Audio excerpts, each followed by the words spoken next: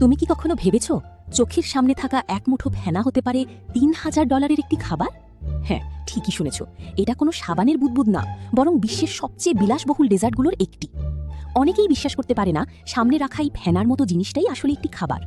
স্পেনের একটি Michelin 3 star রেস্টুরেন্টে এই ডেজার্টের দাম প্রায় $৩,০০০। এটা বানানো হয় বিশেষ এক প্রক্রিয়ায়। ডালজাত প্রোটিন পাউডার আর দুধ মিশিয়ে গ্যাস ফোম মেশিন দিয়ে তৈরি করা হয় এই নরম হালকা ফেনা। খেতে এতটাই সূক্ষ্ম যে গ্রাহকদের মাত্র 2 মিনিটের মধ্যেই এটা খেয়ে ফেলতে হয়, না হলে এই ফেনা মুহূর্তেই গলে হয়ে যায় শুধু এক ফোঁটা পানি। কিন্তু এখানেই শেষ না। মিশেলিন রেস্টুরেন্টে এমনকি মাছের কাঁটাও পরিবেশন করা হয়, যার দাম $100 উপরে। আরও অবাক করা বিষয় এই হাওয়া ভর্তি বেলুন।